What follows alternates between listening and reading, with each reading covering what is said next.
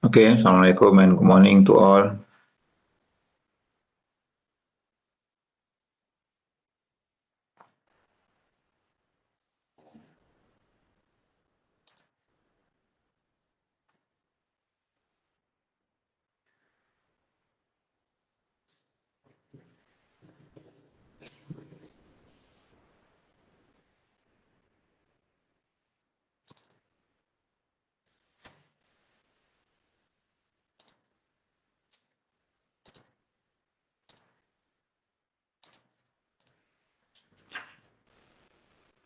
Okay, we continue with our remaining part of chapter 8. Okay, and then perhaps if we got time, we can discuss a bit on some of the past year's questions. I may start with the quiz, the second test that you will take tomorrow. Okay, that topic 5 to 7. Okay, I will just go through perhaps briefly some of the questions, okay, from past years to recap what you may face tomorrow. Okay, a quick revision, and then so we're gonna finish up with the where we left on last Monday. Okay, so I believe we stopped until slide number 25. Okay, from the annual textbook. Okay, and if I'm not mistaken, we covered also the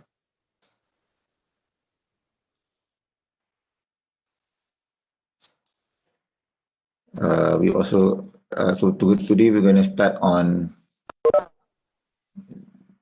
uh, on unemployment topic. Okay.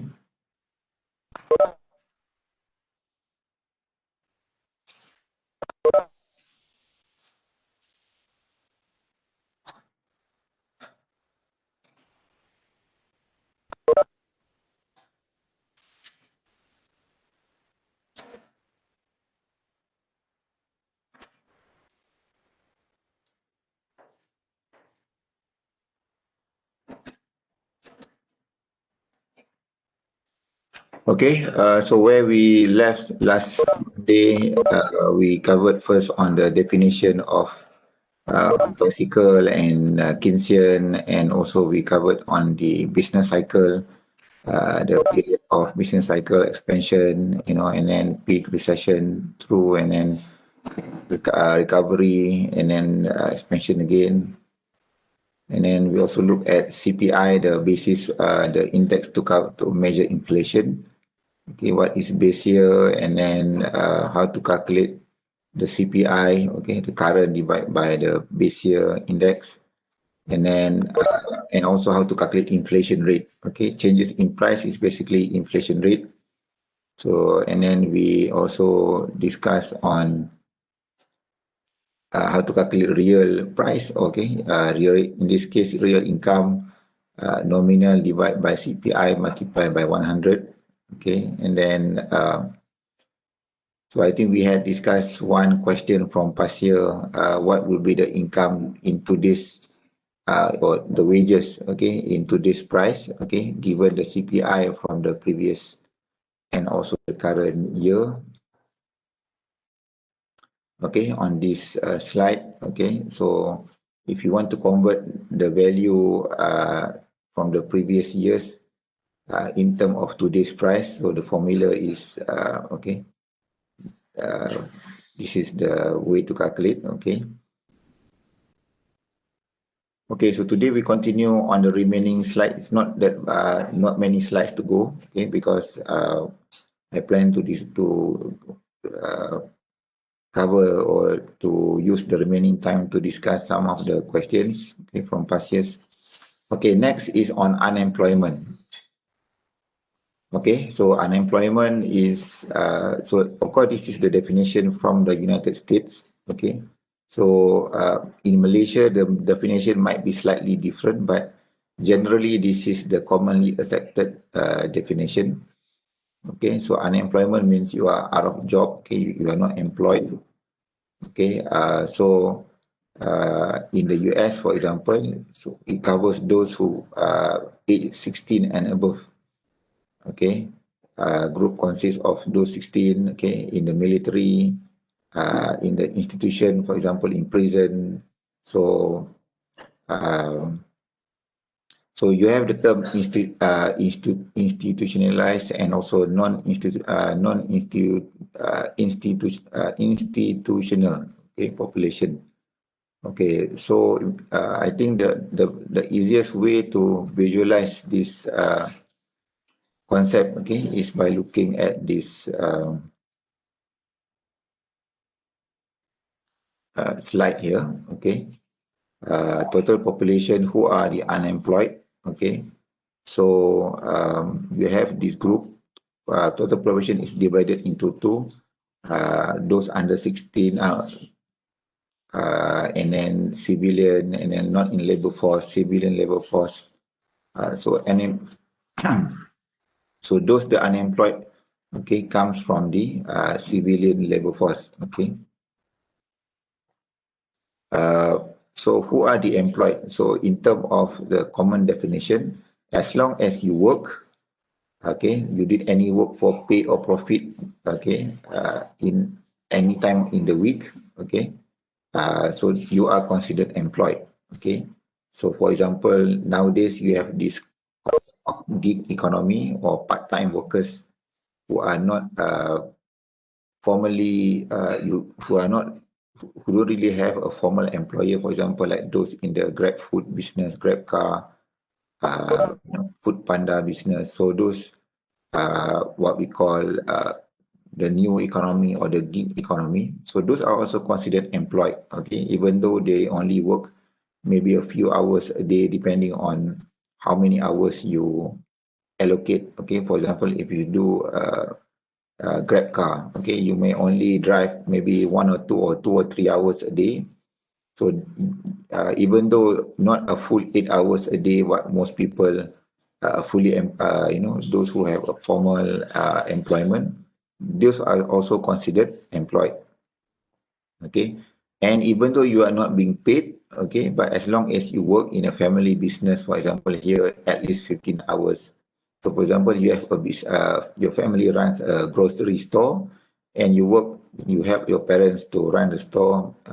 You're not being paid, but as long as you spend around 15 hours or more, okay, you are considered employed. Okay, and this is other categories, okay, due to illness. For example, during COVID-19, okay, so you may be out of work because of quarantine, okay, for a certain period of time, but as long as, okay, you still keep the job, so you are still employed, okay. So unemployed, so basically those who do not have jobs, okay, um, and the time frame is usually around 4 weeks. Okay, as long as you are unemployed and you are looking for job actually. Okay, so so this is the common definition of unemployed. Okay, and the unemployment rate, what we are really interested in. Okay, so this is one of the indicators to see whether the economy is doing well or the economy is not doing well. For example, now during COVID-19, okay, the unemployment rate in Malaysia, okay, has increased a lot. Okay, so that is a sign that the economy is not doing good. Okay, so the rate is calculated as the percentage of civilian force that is unemployed.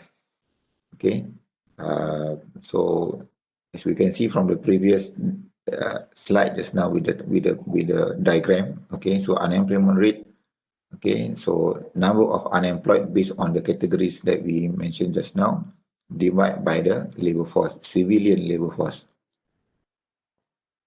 Okay, so and the opposite is employment rate. Okay, the unemployment, those who are unemployed, employment rate. Okay, number of employed divided by civilian non-institutional population. Okay, And labor force participation rate, okay, this is the formula, civilian divided by civilian non-institutional. Okay, but I think okay, these are some of the terms, okay. But if you look at this simple slide here, which I think will make the understanding of this concept of what is non-institutional, what are the categories, and also a simple way to calculate the unemployment rate, and also the labor force participation rate.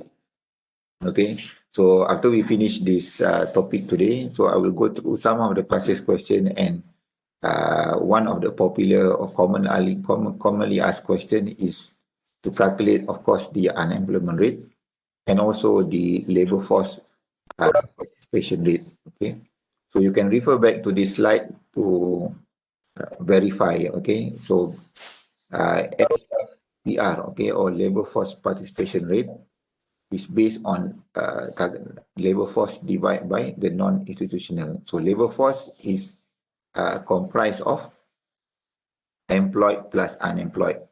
Okay, you add these two, you get the labor force. Non-institutional, okay, is a combination or the sum of labor force plus not in the labor force or outside the labor force.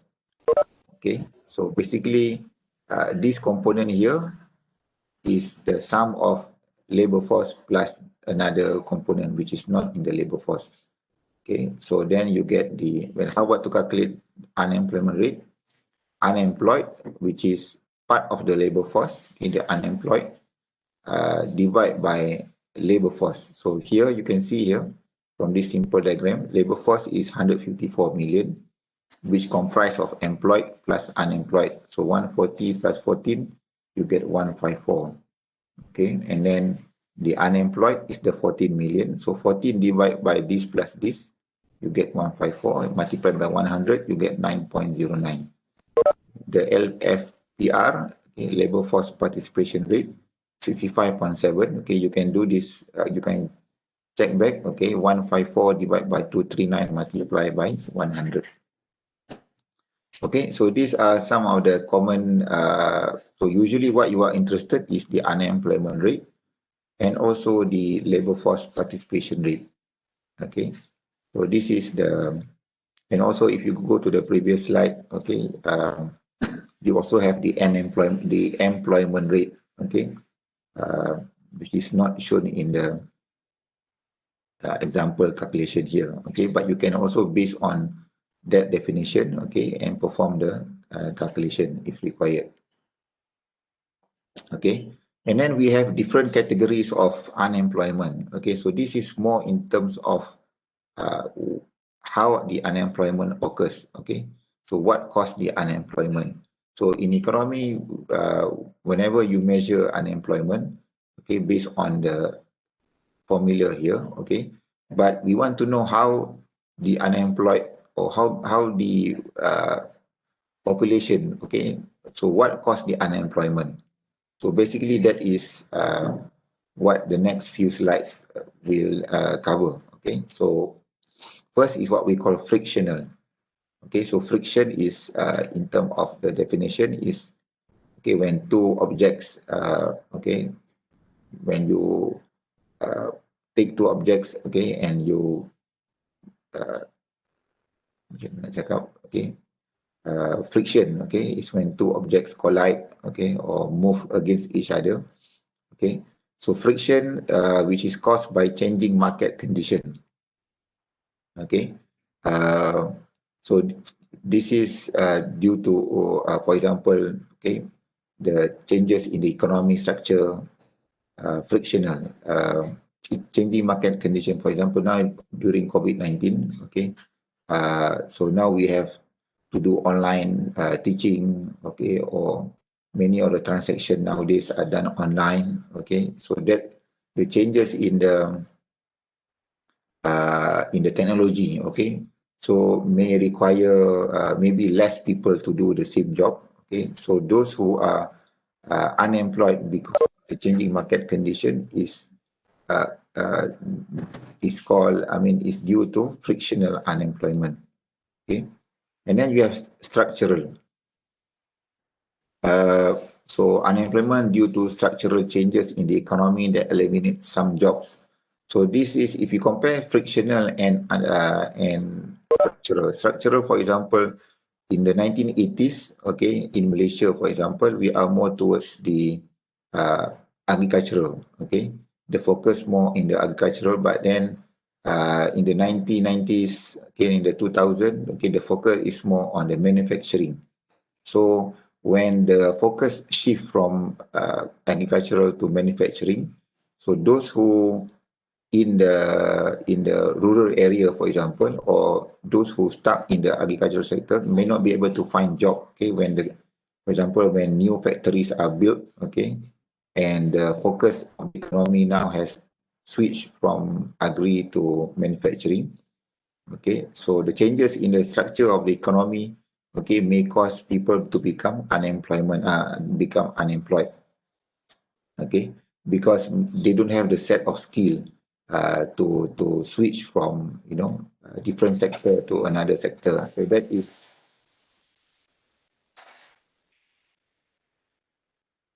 okay. So that is structural unemployment. So the difference between frictional is changing market conditions. So the market that changes. Okay, from offline to online trading. Okay, and then third is okay. So these are the two. Okay, structural and frictional. Okay, and then you have natural unemployment. Okay, the usually the acronym is NRU.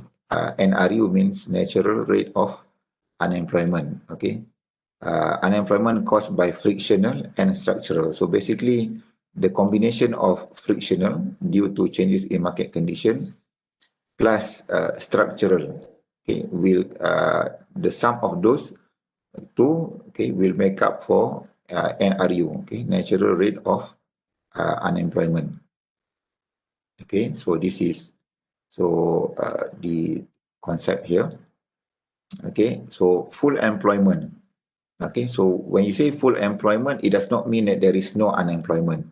Okay, so it's a condition exists when the unemployment rate is equal to the NRU. So in any time of the day or in a year, okay, even though the economy is doing very well, okay, there is no COVID-19, there is no problems in the economy, okay, the policy is the government policy is working, okay, everybody is happy, okay, but there is no such thing as zero unemployment. Okay, unemployment will always exist, okay, due to people changing jobs. Okay, for example, if you are not you want to switch job from a different state to another state, or you want to change your employer because of okay, you find it for many reasons. Okay, so unemployment will always exist. So even though when you say full employment, okay, there is still unemployment which is equal to the NRU, natural rate of the natural unemployment rate. So which is the sum of frictional plus structural, because any economy in the world uh, will always face with any changing market condition plus structural changes in the economy. Okay, there is no one country in the world that is static. Static means it remains the same. Okay, in the last 100 years, the economy is still the same. So there's no such thing as that kind of economy. Okay, so every country, especially modern country, they are open to trade. Okay, have import and export. Okay, so there will be changes in the economy, structural changes, and changing market conditions due to technology.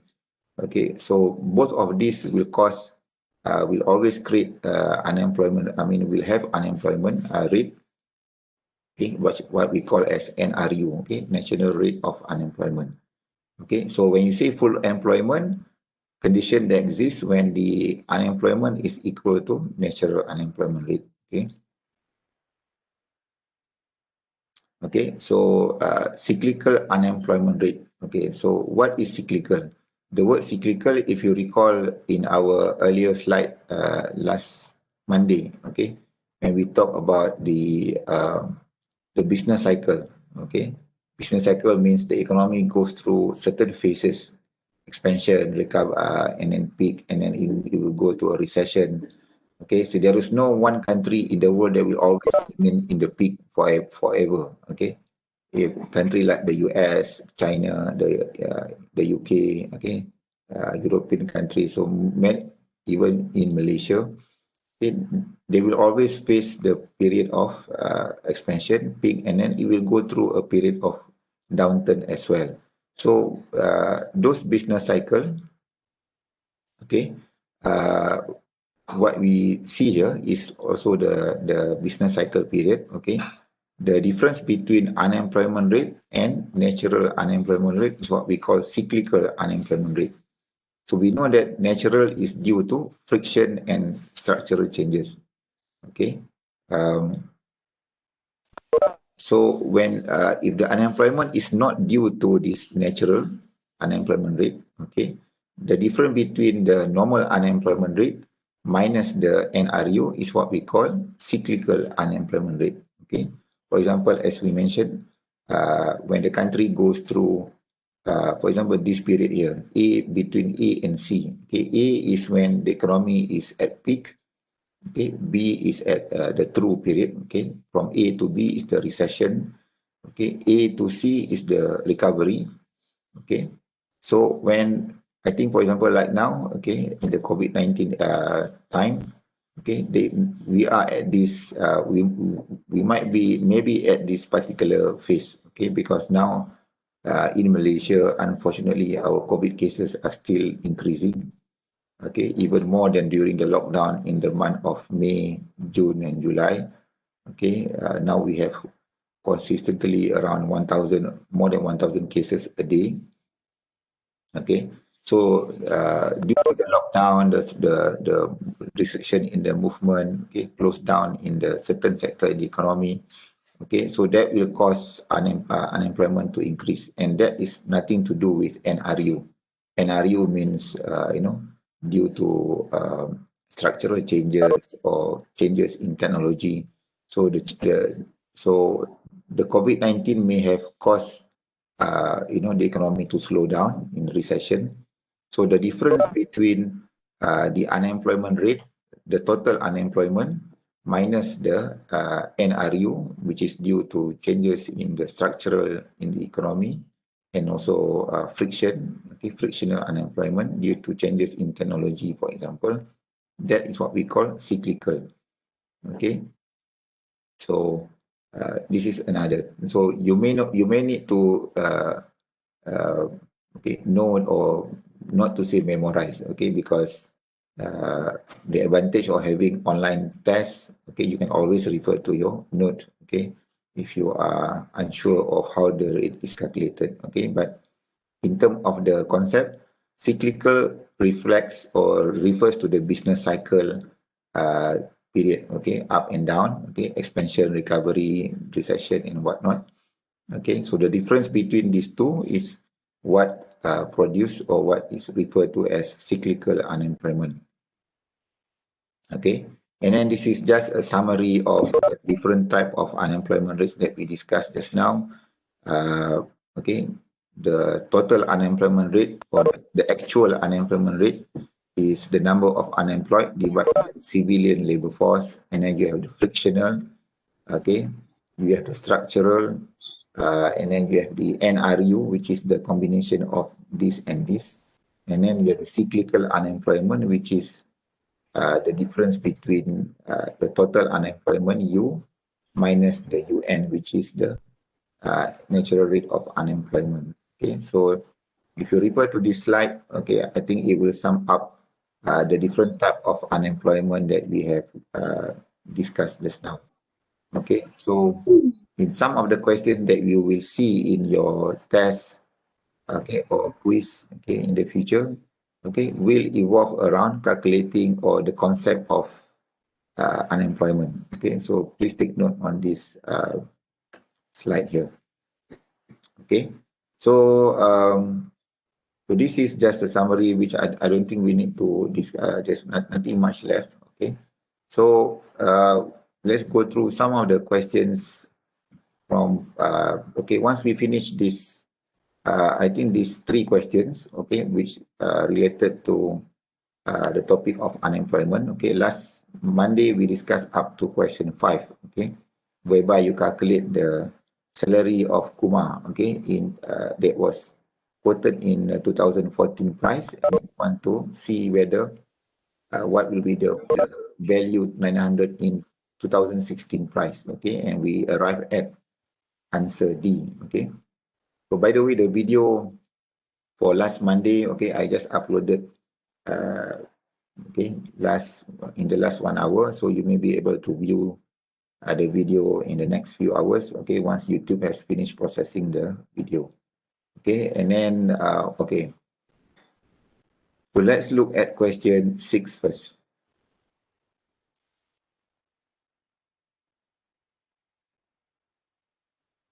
Okay, Roslan retired from police force. He's working an hour or two a day, okay, at a paid job. Okay, so what will be the, so Roslan is considered as what?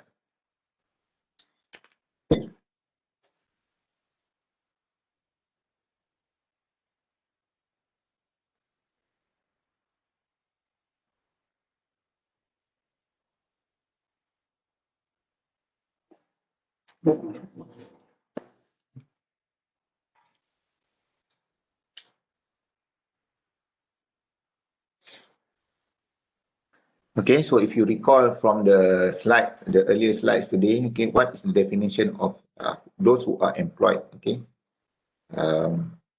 okay, if you work, okay, anytime in the day, in the week, okay, so the answer should be,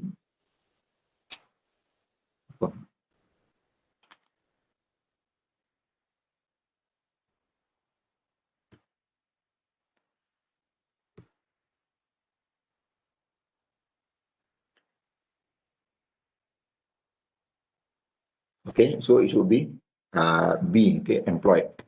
So as long as, even though he only works an hour or two a day, okay, just like as I mentioned just now, if you're doing Grab car business, Food Panda, okay, you only work few hours a day, you are still considered employed, okay, as long as you are earning some money.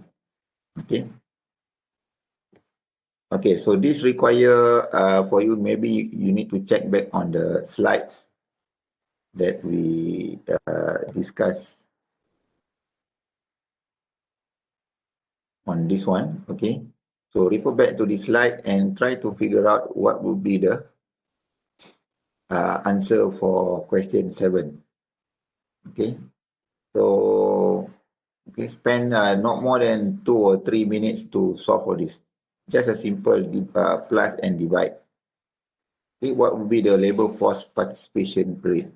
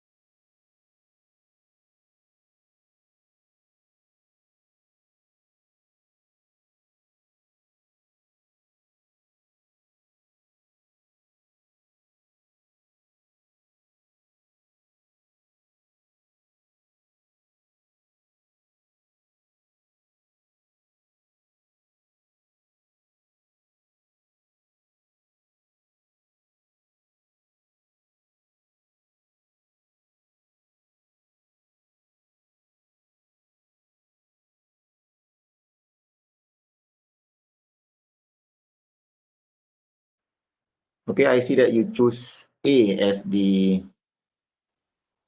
answer.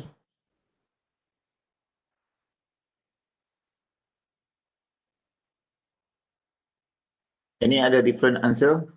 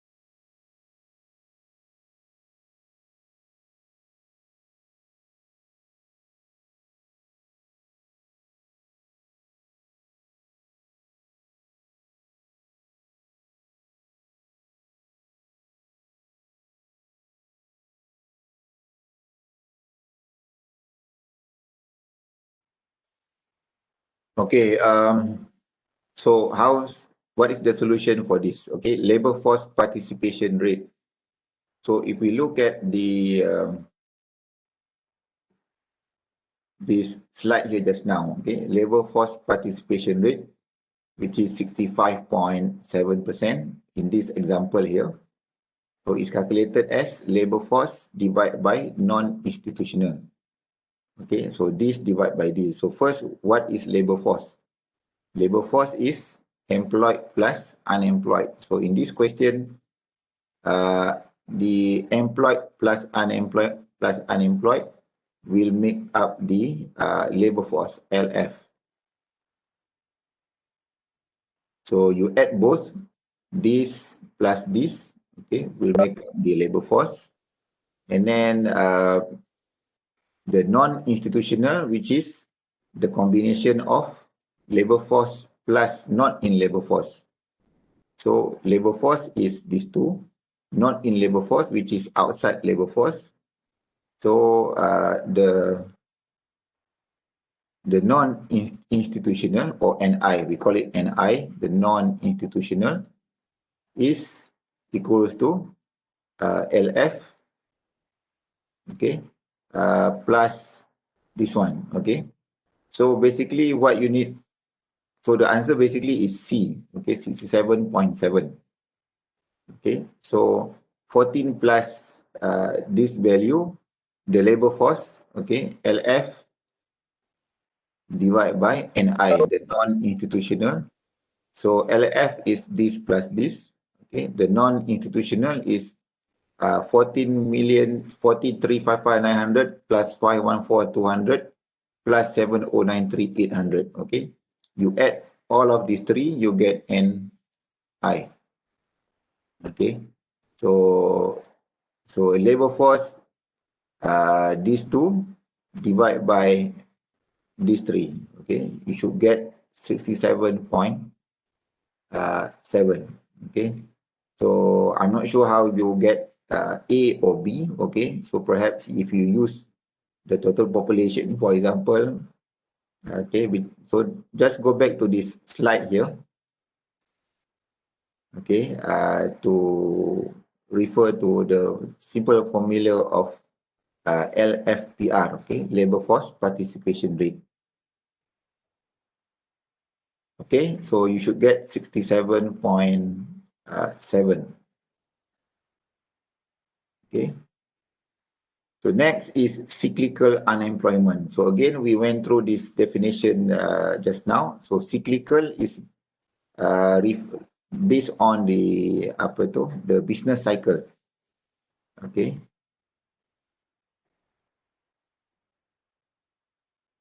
So again, what will be the answer for it? Okay. Don't just tembak saja. Don't just simply choose. Okay. Go back to the slide and see what is the definition for cyclical.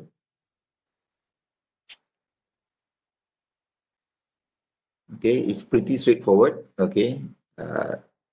Cyclical, first, it will be the difference. Okay. If you look at this, the last few slides now, this one, the difference between unemployment rate and NRU. Okay, so this A and B should be wrong lah, because this is total. Okay, so that leaves you with C and D. Okay, difference between natural and existing, or actual, or structural, and so I think the answer should be C lah. Okay. So yeah, I think that's about it for 3 questions related to unemployment topic. Question 9 will be on the next chapter. Okay, chapter 9 onwards. Okay. So okay, for your test tomorrow. Okay, as what we already discussed previously. Okay, so it will be from topic 5 to 7. Okay.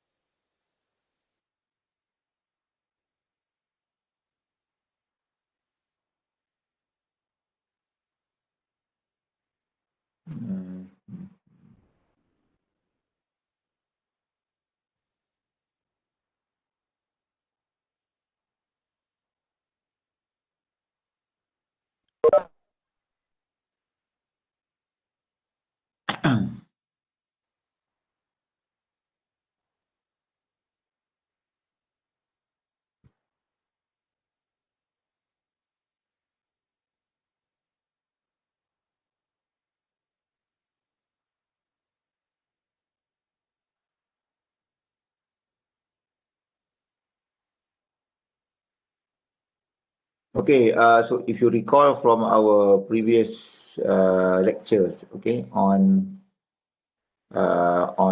topic 5, 6, and 7, okay, so the focus for tomorrow's test, okay, test number 2, okay, only for 3 topics, okay, but of course, less topic means more questions per chapter, okay, so you want to pay attention to, okay, on the especially on the perfect competition topic, okay, the price setting, how do you uh,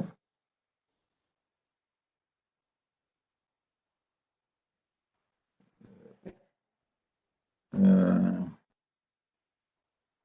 okay, so what is the uh,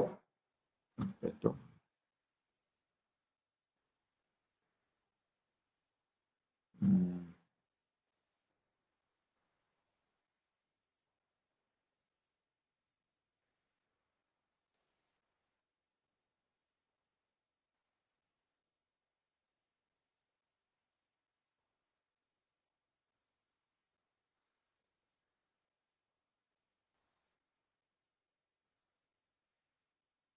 okay, I will just go through just quickly here, okay, so the coverage for tomorrow's test will be topic 5, 6, and 7. Okay. 5 means the topic of utility. Okay.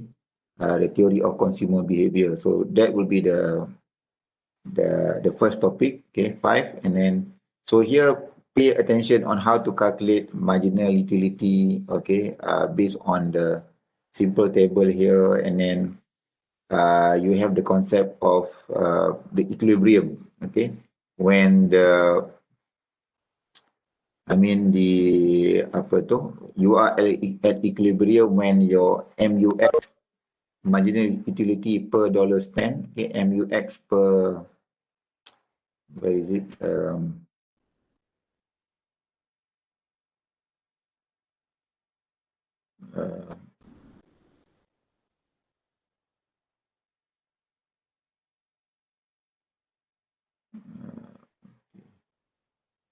yeah, okay. So you are at equilibrium when the MU, marginal utility per price or dollar of price X, is equal to the marginal utility of Y per price of Y lah. Okay. So when the two are equal, okay, and then means that you are at equilibrium. Okay. So the concept of marginal utility, okay, from this simple table here, okay, you can see that the more you consume, the less your MU becomes. Okay. But total utility, of course, you can see is increasing. Okay. But MU, the additional utility or additional satisfaction that you get from consuming additional goods become less and less. So when you equate these two, MUX divided by PX equals to MUY divided by PY, for these two to remain the same, okay, of course you find that you want the value to be the same. For example, 2 and 2 or 3 and 3, meaning you consume, if 3 and 3 means you consume 3 of X and 4 of Y lah.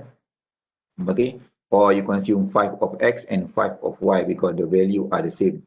Okay, but the main thing is how do you get both to be the same? Okay, so the price is the ratio between the MU of X over the price of X, okay, and also the ratio of MUY per PY. So by consuming more, you're getting less MU. Okay, so MU is the numerator, price is the denominator. So for example, if I say that, okay, so let's say MU X over PX, okay, it should be equals to MU Y over PY, okay. So let's say if this value is bigger, if this ratio is bigger than this ratio, meaning let's say MUX over PX, you get 5, okay, but MUY over PY, let's say you get 4. The product of this, you get 4. The product of this, you get 5. So if this is bigger than this, okay, so either you can make this one smaller or you can make this one bigger. Okay, meaning 4 goes to 5 or 5 goes to 4. Okay, then you can have the equilibrium in terms of the combination of the two products will be at the best combination for this particular person. So when the ratio is not the same, so the one bigger you can reduce it, or the one smaller you can make it higher. Okay, so how to make it, for example, if you choose MUX over PX 5, you want to make it smaller, you want it to become 4. So how do you make it? You cannot change the price. Okay, the price cannot be changed because this one is not up to the consumer. So the thing that you can change is the combination, how much you can consume. Okay, so basically this one, the PX and PY, okay, is not up to the consumer to change. But what you can change is your MU. So if you want to reduce MU, I mean, if you want to make this 5 becomes 4, okay, and P is not, you cannot change, meaning P is constant. So the only way to make this, the product of this smaller or reduce from 5 to 4 is to reduce MU lah. Okay, so how do you reduce MU? Okay, from here you can see that MU can decrease when you consume more and more. So meaning by increasing the consumption of X, you can make the ratio of MUX or PX to drop, okay? And vice versa. If you want this ratio to go up, MUY over PY to go up from 4 to 5, okay, so let's say this, either you increase consumption of X, because by increasing consumption of X, you are reducing your MU. So when this becomes smaller, the ratio can drop from 5 to 4. Or alternatively, you can also opt for making these ratios higher, from 4 goes to 5, okay, goes up to 5. How do you do that? P cannot be changed, so you can make this one go up by increasing your MUY lah. So you increase this value, means when this is high, divide by a constant price, the MUY over PY can go up to, let's say, 5 lah. So how do you increase your MUY? You can also see that, okay, MUY, the more you consume, the less MU you get for Y. So if you want to increase MU, meaning that you need to reduce the consumption. Okay, so the less you, for example, now let's say you are consuming, let's say you are consuming 3 of Y. When you consume 3 of Y, your MU is 43. So if you want to increase your MU, basically you reduce from 3 to 2 lah. You move to 2, okay? From 3 to, you reduce the number of Y that you want to buy. Now your MU increase from 43 to 55. So when you make this value higher, the product of MUY over PY pun akan naik lah, will increase. Okay, so the concept of equilibrium in the consumer topic, okay, MUX over PX must be equal to MUY over PY, okay, is subject to how you play around or how you change your MU. Because price you cannot change, that one is not up to the consumer to change. Okay, so you can change that by altering or by changing the consumption, the number of X or Y that you buy or you consume. If you want to make it, depending on what is the ratio, okay, just now if MUX over PX is bigger than MUY over PY, so if you want to, you can do that by doing, either you want to reduce this ratio or by increasing this ratio. If you want to reduce, meaning that you must make this value smaller. To make this value smaller means the only way to make MU smaller is by increasing consumption, because MU keeps on decreasing as you consume more. Okay, or you want to increase the MUY, which is you can increase MU by decreasing your consumption. So that is one of the concepts that you need to pay attention. Okay, and then also we have this concept of indifference curve. What does it mean by indifference curve?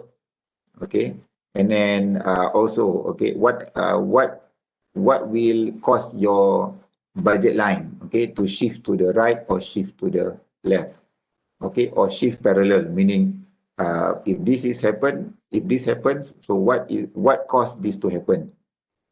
Okay, the same thing here, the changes in price of X, okay, or if the changes is parallel upward or downward due to change in income. Okay, you can go back to the lecture video which was uploaded, okay, for this particular lecture. I think we discussed quite in detail. Okay, so that will be, I think, the thing that you want to focus on, okay, on the concept of on topic number, and then on topic 6, okay, on production, okay, you have the concept of marginal product, okay, and then how to calculate the MPL, okay, change in output divided by change in labor, okay, and then the concept of diminishing marginal product or diminishing marginal return. Sometimes they call it diminishing marginal return, okay. Return or product, both are the same, okay. But in topic 5, you have diminishing marginal utility. Okay, don't get confused with utility and return, okay. So in topic number 5, previously you have the concept of diminishing marginal utility. Okay, this one, diminishing marginal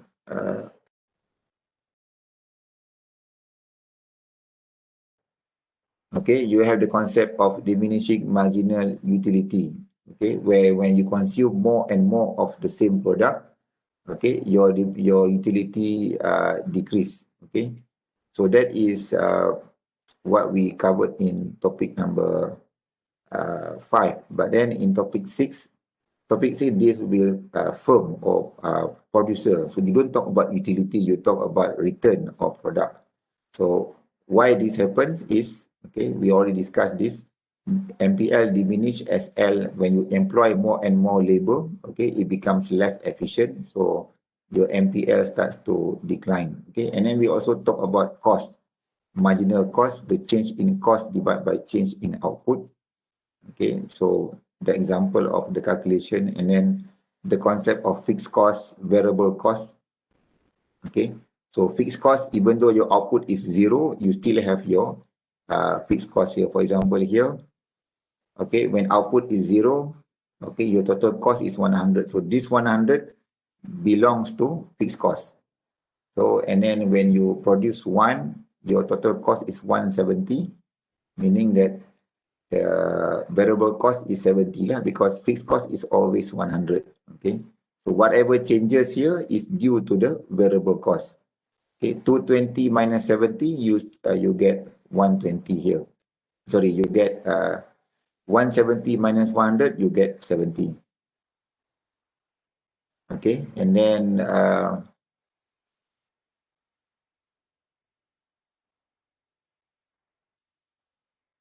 okay, yeah. So the simple concept of fixed cost, variable cost, and total cost, okay, in a table like this, how to calculate the variable cost, okay, if you are given the fixed cost, okay, so this is another concept, okay, and then I think on the average part is basically how to calculate average cost, average fixed cost, average variable cost. So total cost divide the cost value divided by Q, you get all the average value here. So ATC or average cost is total cost divided by Q. Okay, so the word average, the cost divided by quantity, then you get. Okay, so this is the simple plot. Okay, and then go back and look at the simple calculation here, so you can see the concept of fixed cost, variable cost. Okay, and then yeah, so you might want to focus more on the competition and monopoly thing. Okay, the difference between perfect competition versus monopoly. Okay, so I think we discussed okay, I discussed quite in detail, okay, on this concept of the difference between, so why under perfect competition, okay, the price is equals to AR, equals to MR, and also equals to the demand curve, okay, because of the constant price, okay, because every firm is a price taker. Okay, every firm is a price taker, so they cannot accept, they cannot decide what is the price. They can only, I mean, they can only take whatever price set by the market. Okay, so because of the constant price, the MR will also be equals to AR. Okay, will also equals to the price, and then the demand curve is basically the same as the price level. So everything is equal only in the perfect competition. Okay, so the general rule is MR equals to MC. Okay, the profit maximization approach. So firm can maximize profit when they apply the rule of MR equals to MC. But for perfect competition, because MR is also equals to price, so usually we don't call it MR equals to MC, we call it P equal to MC under perfect competition only. Okay, and then you have this example here, how to calculate the profit or loss. Okay, profit TR minus TC.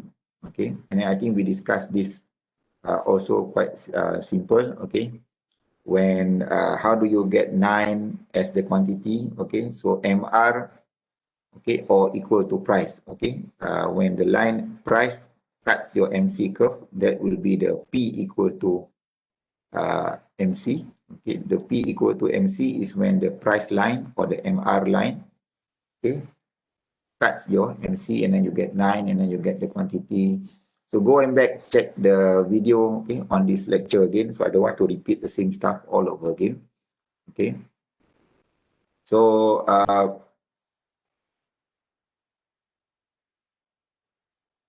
okay, so certain parts on this economic loss minimization. So how do you get loss?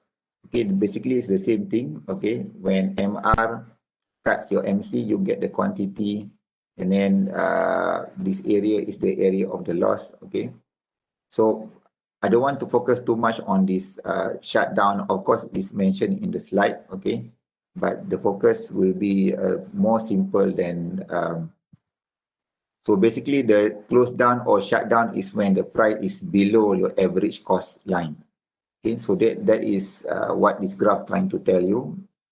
Okay, so when your price or your MR is below the average cost, so that will be the shutdown condition. Okay, so at the end of the day, yeah, also the difference between short run versus long run. Long run, okay, you can only get zero profit, meaning TR equals to TC. Okay, or in accounting we call it break even. Total revenue equals to total cost, and price will be equals to the minimum average cost. Okay, so the break even condition. Okay, so this is this is the condition that will happen in a perfect in a perfect competition market in the long run. So you have the short run condition and you have the long run condition. Okay, and different type of efficiency. Okay, and then finally we have the concept of monopoly. Okay, so how does a monopoly exist? Okay, the source of monopoly power. Okay, and the firm is a price maker. Okay, barrier to entry means, okay, you can prevent other firm from joining. Okay, for example, you know, patents, copyright. Okay, a very big cost to set up the business. Natural monopoly means, okay, high fixed cost. For example, like the supplier of electricity in Malaysia, for example, TNB. Okay, so to set up that kind of business require a very high cost. So those are okay. And then monopoly is a price maker. So the main difference is under monopoly is that the demand curve is the normal downward sloping that you normally see. Okay, because the price can change. Okay, the monopoly can charge high price or they can charge low price.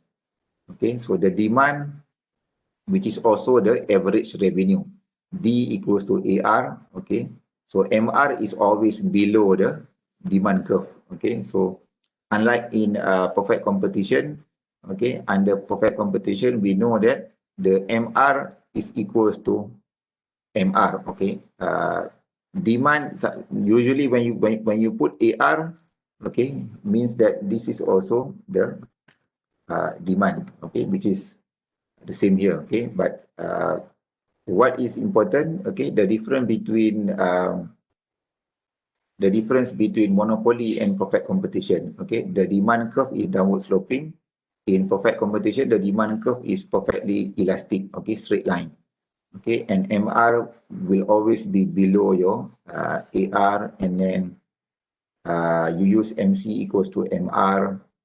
Okay, so this we already discussed this. Okay, MC equals to MR, you get the quantity here, and then the price is determined when this line cuts your demand or your AR, average revenue. Okay, demand is also equals to AR, then you get your price. Then the cost is when this line cuts your average cost here. So I think we already discussed this graph. Okay, and then on the concept of inefficiency, which is not really the main focus, and then we have price discrimination, which again we just cover a bit on here. Okay, but for topic number 7, okay, so make sure you go through the MC equals to MR, P equals to MC for perfect competition. Okay, so use the test bank that I gave you. Okay, and also some of the examples that we discussed in the class before. Okay, yeah, so I think that's about it for topic for today's lecture. Okay, if I have any other additional questions or materials